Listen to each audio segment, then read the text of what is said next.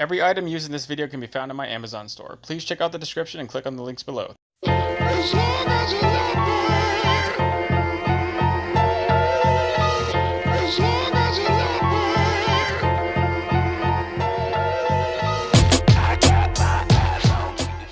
are some of the molds that I made. These are the master molds. So everything starts with a master mold. And I made all these out of polymer. None of them are out of wood. So I'm going to show you something very, very basic.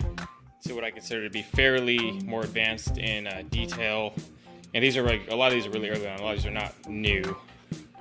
My newest stuff, but this is, well, actually this is fairly new, and this is very simple. We made this one to be very simple so we could do a lot to it. And this is my son Dominic's little D-mag crank. This one was fairly easy to use, and we use this one out of a harder Sculpy. So you can buy Sculpy. Here's the whole thing with Sculpy's advantage over wood. You can buy it in different firmnesses, and this is the original, the OG firmness. And you likely can tell that I made these out of that stuff. This stuff is wonderful.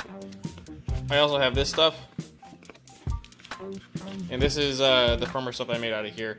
Now this stuff is really nice for like simple stuff. When you start to get into fine detail after you bake it, it's not very as soft as it needs to be and likes to crumble. So I didn't put too much detail to it. I could tell immediately it's going to cause me problems. And then there's other ones. There's medium and there's even softer. And you can mix Sculpy. This is an awesome thing too. This is like the softest stuff. This is like glow in the dark Sculpy. For those of you who are wondering what these white spots are, that's JB Weld Marine Weld putty, like just one piece quick set putty. It's very, very nice to fix stuff. So if the mold comes out weird for whatever reason, or you have problems in your master mold for whatever reason, like you didn't fold over the clay right, you can fix those, and they come out very nice. Or whatever Sculpy you need to get. But this one is a hybrid of two types. But this one has a wire skeleton. I'll talk about different ways to stiffen this up. A big one like this was a little hard to make though to keep flat. Because when you're working on it, when you're pressing on it, it wants to like start doing a little curve thing. And if you're not careful about how you bake it, it'll start to like fold over to one side when it's baking, when it's curing. And if you touch it too fast after you bake it and you don't let it cool down properly, then it's really prone to cracking. It's very brittle at its hottest state. It really gets strong though after it cools down to a normal room temperature. This one also, my toad gill, I love this bait. I'm painting a few right now. I'm going to remaking them and trying different densities. I more or less got everything out of it that I need to get out of it. It was very, very nice. So I really did prefer the original, and they haven't even softer yet. So getting a combination of whatever you want to see how it's going to play out is a very good thing. I did like this stuff for the core. Like here, how you can't tell, but in the picture, because I painted over them, these that are painted right here, these all had a core. And they all had a core, and the core was the firm. And the ones that didn't have a core had a wire skeleton. Like these all have wire skeletons to try to help keep it firm, but making a core and then baking the core and then wrapping around the core. But making the core and then wrapping around the core, I felt was a much easier way to do it. So I'm not gonna talk too much more about this. We're gonna get right into the video. Just check out the process of how I made this trout. This is the OG version of my first trout, and I kind of tried to make it to where it looked like it was damaged, like it got beat up a few bit. It was missing some scales. It was got some other stuff going on. Also something that, I mean, I've never used wood before, but I think it would likely be a little bit more difficult for the average Joe versus like the very, very skilled wood carver to do like finite details like that. So let's just go ahead and look right into the video. Let me know what you guys think. Got a fish. Oh my fuck.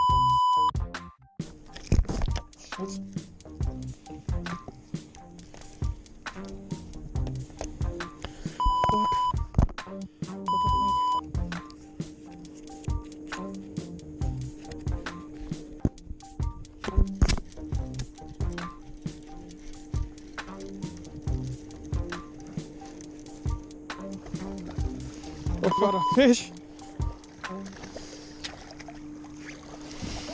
Oh my f***ing works.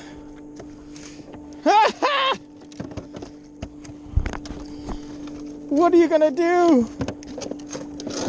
Oh my god. Alright, no more messing around. Here's how it went down. Remember that clay I told you, the firm clay? This is what I used for the backbone to keep all the clay. So when I mold clay around it, this is very, very soft white Sculpy. and I'm starting to put it on in formats where I had it. I made this thing have a huge fat head because this was supposed to be a mag crank. It is a good concept. So I started it out, and I just really wrapped softer clay around the already baked and cooled part of it. And so I wrapped it around as needed, put it where I needed to place. And then here's cool is because you don't have to just carve into it. You can just use simple clay tools to make lines through and put the grooves in. It is so much easier to add all those details in before you rebake it. And so you do want to rebake it once you have your skin on. So this was the flat carbon inside core. That's what the core looked like for my trout. And here we are after I made the core and I wrapped it with white clay and I baked it. We are now carving in a lot of the fine details, and we're using an X-Acto knife. And so there's several different blades you can get in an X-Acto knife. Like if you ever go to Hobby Lobby, they have X-Acto knives different sizes, and then they also have blades that fit the different sizes, like different finite ones. I'm just using a standard blade here to do the carving, and you just really want a sharp knife. So I know you use chisels and stuff for wood. You don't want to use chisels for Sculpy. Like you can, but it's a risk. You really want a very sharp premise so we can cut through very, very quickly and precisely, because the Sculpy will start to crumble if you were not careful when you were sculpting it in. But I just literally got a pencil and drew my outline of what I wanted it to look like, what I thought a trout would look like, and that's what I'm doing here.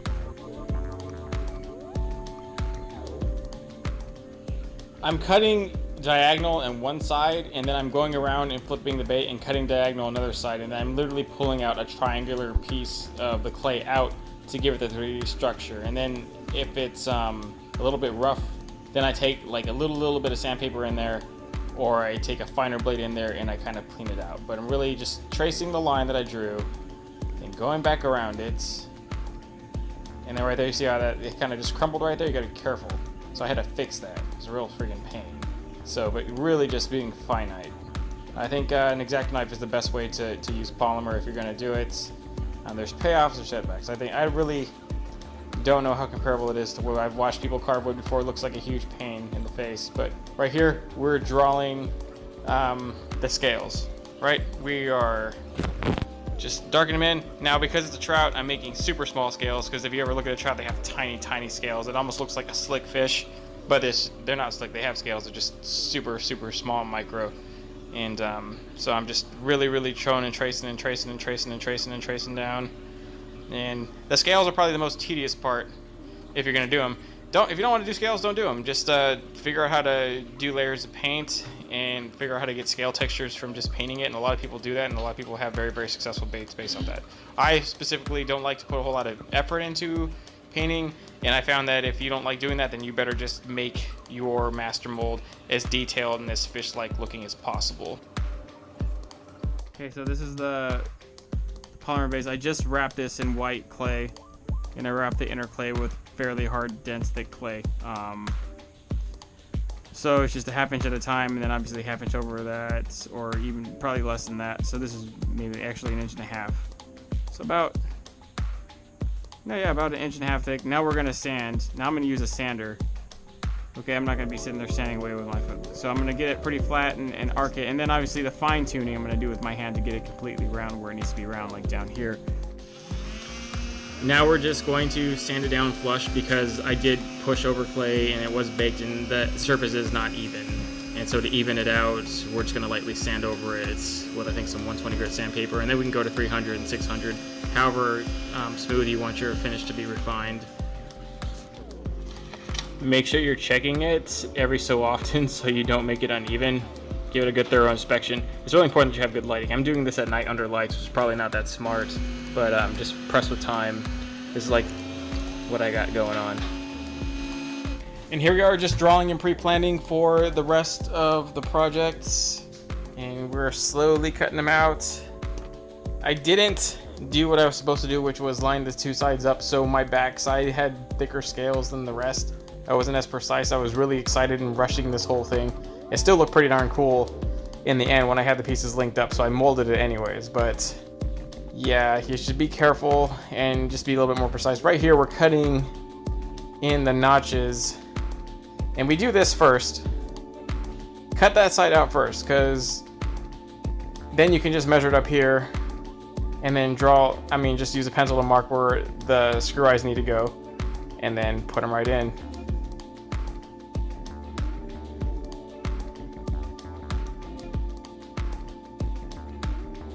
Be very, very careful. If you did mess up this for whatever reason with whatever tool you're using, you can re-put in that putty, that JB Weld putty that I told you about, and it does help fix a lot of stuff.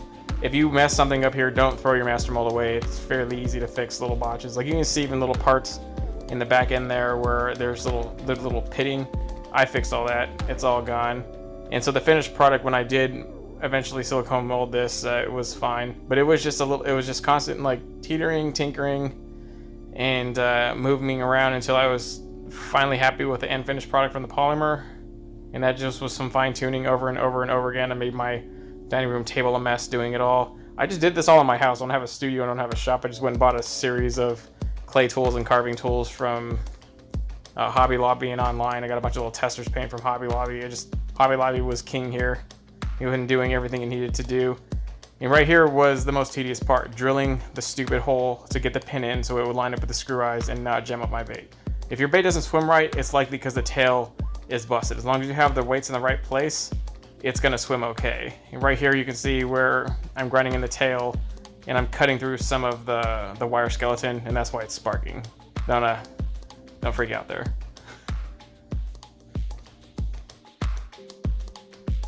Some of you might be gasping at how quick and just, you know, kind of through I'm going in and not being as tedious and as precise and not as careful, because I really don't need to be that way with clay and putty. I can more or less do what I want, and as long as it hardens and firms up exactly how it's supposed to do and it fits inside a silicone mold, that's all I need to do. So we're just really carving out the last finite pieces of it after it's done.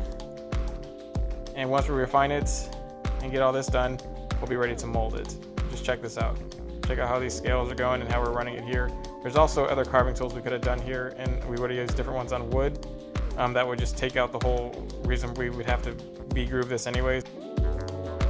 But because it's polymer, we're just trying to be very precise, and we don't want it to crumble when we carve through it, as then it really gets kind of crappy and you have to put a lot of putty everywhere, and you don't want to do that. Okay, now we're ready to mold this thing. So I made a mold box. I don't have Legos. Legos are expensive. Like if I ran into a big cheaper ones on like Facebook Marketplace, I might go on it. But for now, I'm using this cheap, like $2 to $3 foam board I got from Hobby Lobby. And we're just really gonna space this, set it in with wires, and have it pre-ready. I'm gonna try and make a one-piece mold out of Illuminate High Strength 3 silicone. I know people generally run two-piece molds for swim baits. I think I can get it done in a one-piece. For a lot of other reasons, I want to do a one-piece. And so we'll find out if that's successful or not, or if that's just going to be a huge pain where I have to fix stuff all the time. But what the next process we'll have for the next video is how we mold this bait and how we put out a finished production model. So stay tuned and wait for it to come. Thank you guys for watching. Check out this stuff, subscribe to my channel, and check out TV Nation. Thanks.